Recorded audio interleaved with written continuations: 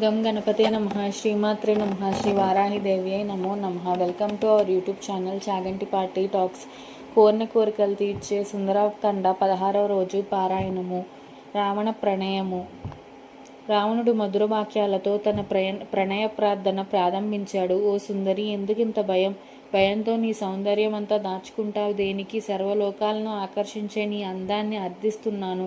నన్ను ఆదరంతో ప్రేమించు. ఇక్కడ మానవ ప్రాణి లేదు. వీరెవరూ కామరూప శక్తి కలవారు కారు. నీలానే మాకు కూడా ధర్మభీతి చాలా ఉంది. పరస్త్రీలను బలాత్కరించడం, అపహరించడం, వారితో భోగించడం ఇది రాక్షస జాతి ధర్మం. ఈ ధర్మ నిర్వహణలో నేను అప్రమత్తంగా ఉంటాను. మరొక్క మాట, నీ మనసు నన్ను కోరే వరకు నేను నిన్ను ముట్టను.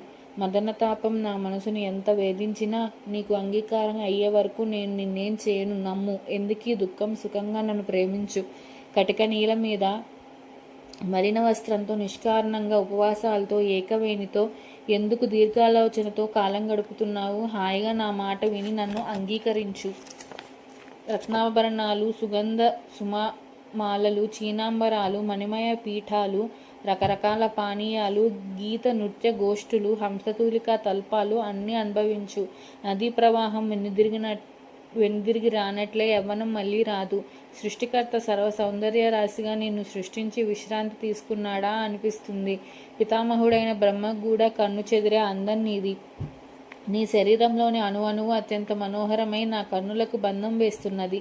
నా మాట విని నన్ను భర్తగా గ్రహించి నా రాణివాసానికి పట్టమహిషిగా ఉండదగిన దానవు. దిగ్విజయ యాత్రలో నేను తెచ్చిన రత్నమాణిక్య రాసులతో నా రాజ్యము నేను నీ ఆధీనంలో ఉంటాము. సర్వనగర శోభితమై ఈ భూమండలం అంతా మీ తండ్రి జనకుడికి దానం చేయమన్నా చేస్తాను. ఈ భువన భవనంలో నన్ను ఎదిరించి నిలవగల వీరుడు లేడు. సురాసురుల్లో నాకు శత్రువై బతికేవాడే లేడు.